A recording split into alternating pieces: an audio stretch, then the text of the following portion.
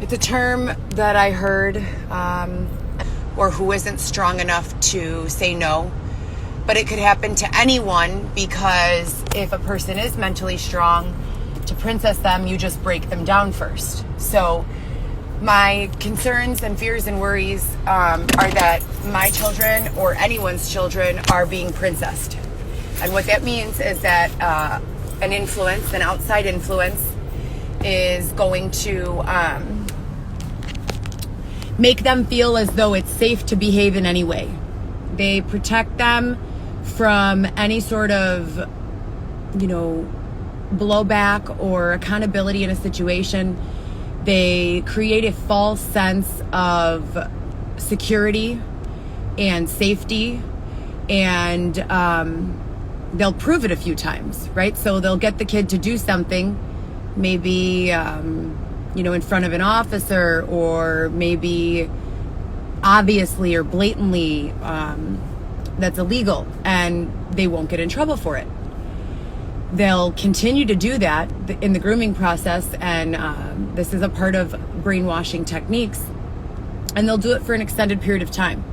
Now, if you're a child and you have an adult or someone older or stronger influencing you to do things that you wouldn't normally do if you were not under duress, and then you see that you get away with it and you don't get in any trouble for it, what's going to happen?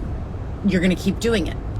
So it's a setup, it's entrapment, and they're targeting children and princessing them. So they put them in this bubble of safety and get them to do all of this fucked up shit, and then the kid thinks they could do it anywhere at any time and it's fine. They do, and then when they have enough of a trail, they pull the trigger and hold the child accountable. Well, it's never discussed in court, that this child has been a victim of entrapment. It's never discussed in court that they're being manipulated and brainwashed and, separated from their parents.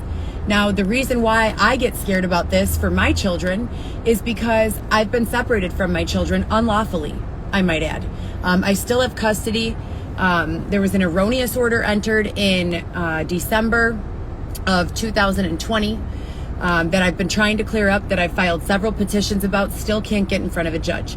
So now they've isolated my children from me, and their fathers work their shifts. And when their fathers go to work, who's there with the children? Who's influencing the children? I don't know. I call over and over. Sometimes they don't get a response. How many parents can relate to this? You're at work, your kid's alone for a few hours, you think everything's fine.